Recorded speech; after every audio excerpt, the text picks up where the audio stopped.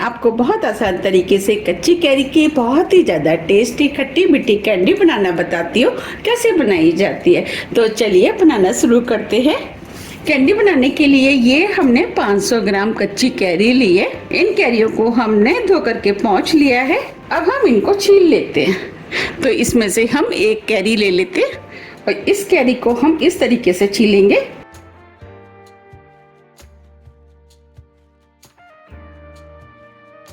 ये हमने कैरी को छील लिया है। इस तरीके से हम चारों कैरियों को छील लेंगे। ये हमने चारों कैरियों को छील के तैयार कर लिया है। अब हम कैरी में से एक कैरी ले लेते हैं और इस कैरी को हम इस तरीके से लंबा काट लेते हैं।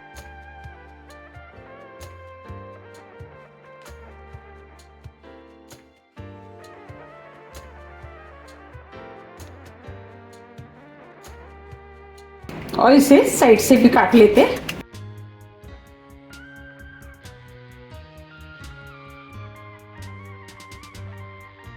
और इस गुठली को हम निकाल देंगे और ये वाली कैरी को भी हम लंबा लंबा काट लेते हैं।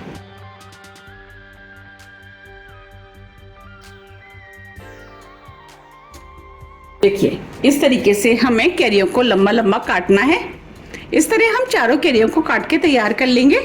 ये हमने सभी कैरियों को काट लिया है। अब जो हमने कैरियां काटी थी उन्हें हम इस बॉल में डाल देते हैं।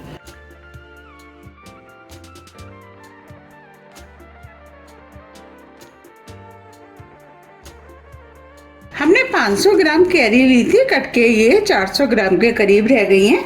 अब इसके अंदर हम 300 ग्राम चीनी डाल देते हैं, यानी 1.5 कप।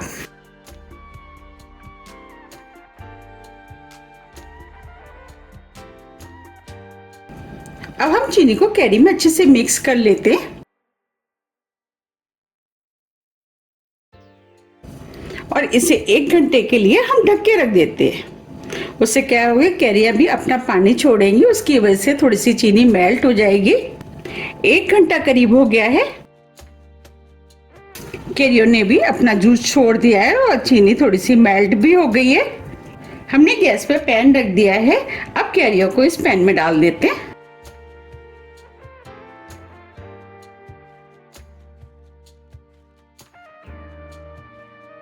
अब हम कैरियों को लगातार चलाते हुए मीडियम हाई फ्लेम पे 3 से 4 मिनट के लिए पका लेते हैं। उससे क्या होगा कि एक तो कैरियां सॉफ्ट हो जाएंगी और जो हमने चीनी डाली है वो भी मेल्ट हो जाएगी। ये कैंडी जितनी ज़्यादा खाने में टेस्टी लगती है, इसे बनाना उतना ही आसान है।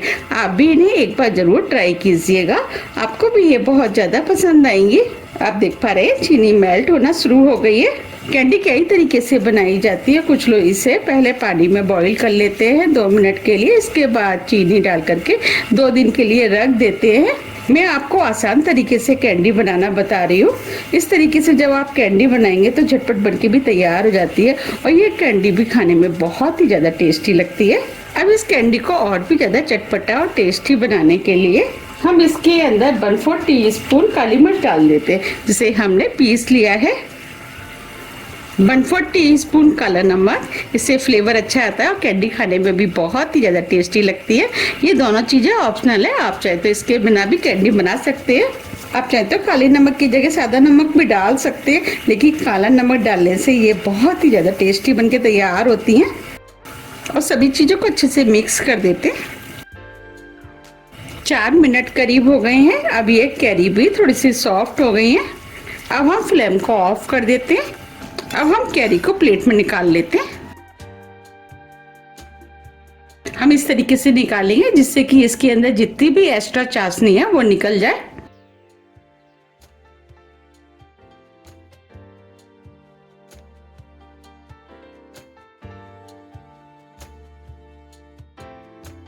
ये हमने सभी कैरियों को निकाल लिया है। अब जो पैन में चाशनी बची है इसे आप फेंके ना, इसका या तो फिर आप शरबत बना लें या पन्ना वगैरह बना करके इसका यूज कर लें। ये हमने बॉल लिया है। अब इसके ऊपर हम छलनी को रख देते हैं। ये जो हमने कैंडियों को बॉईल किया था उनको हम इस छलनी के ऊपर डाल देते हैं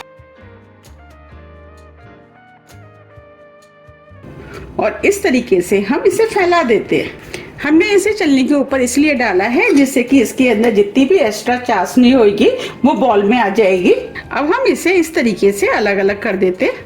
ये हमने कैंडियों को अलग अलग कर दिया है। अब हम इन्हें 6 से 7 घंटे के लिए पंखे के नीचे सूखने देते हैं। आप चाहे तो इसे 2 से 3 घंटे के लिए तेज धूप में भी सुखा सकते हैं। 8 घंटे करीब हो गए हैं। अब ये कैंडी भी ड्राई हो गई है। अब हम इनको प्लेट में निकाल लेते हैं। हमें इन कैंडियों को ज़्यादा नहीं सुखाना है। अगर ज़्यादा सूख जाएंगी तो ये हार्ड हो जाएंगी, उसकी वजह से खाने में टेस्टी नहीं लगेंगी।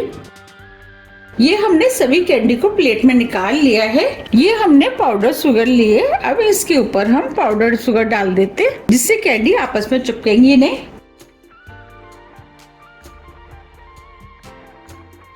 और हाथ से इस तरीके से हम इस कोटिंग कर देते हैं। अब हम थोड़ी सी पाउडर शुगर को और डाल देते हैं। अब हम सभी कैंडियों के ऊपर शुगर पाउडर की अच्छे से कोटिंग कर लेते हैं। इनके ऊपर शुगर पाउडर की अच्छे से कोटिंग हो गई है। आप देख पा रहे कितनी बढ़िया कैंडी बनके तैयार हुई है। अब मैं आपको पास से भी दिखा देती हूँ। अब ये शुगर कोटेड ड्राई कैंडी बनके तैयार हो गई है। ये एकदम बढ़िया सी सॉफ्ट और हल्की चूई बनके तैयार हुई है। आप इन्हें किसी भी एयरटाइट डिब्बे में भर करके रख सकते हैं और इन्हें आप सालों रख के भी खा सकते हैं। लेकिन इतने दिन चलती किसके घर है, क्योंकि बनती ही इतनी टेस्टी है। अगर आपको मेरी रेसिपी पसंद आ रही है तो आप रेसिपी को लाइक कर दीजिएगा और ज़्यादा से ज़्यादा शेयर भी कर दीजिएगा। बस आप जिस भी डिब्बे में आप इसे भर के रखें वो एकदम साफ और सूखा होना चाहिए। देखिए कितनी बढ़िया कैंडी बनके तैयार हुई है। अगर आपको कच्ची कैरी की कैंडी की रेसिपी थोड़ी भी पसंद आती है तो रेसिपी को लाइक कीजिए, चैनल को सब्सक्राइब कीजिए और ज़्यादा से ज़्यादा शेयर कीजिए। अब हम फिर मिलते हैं इसी तरह की टेस्टी रेसिपी के साथ। जब तक के लिए नमस्कार।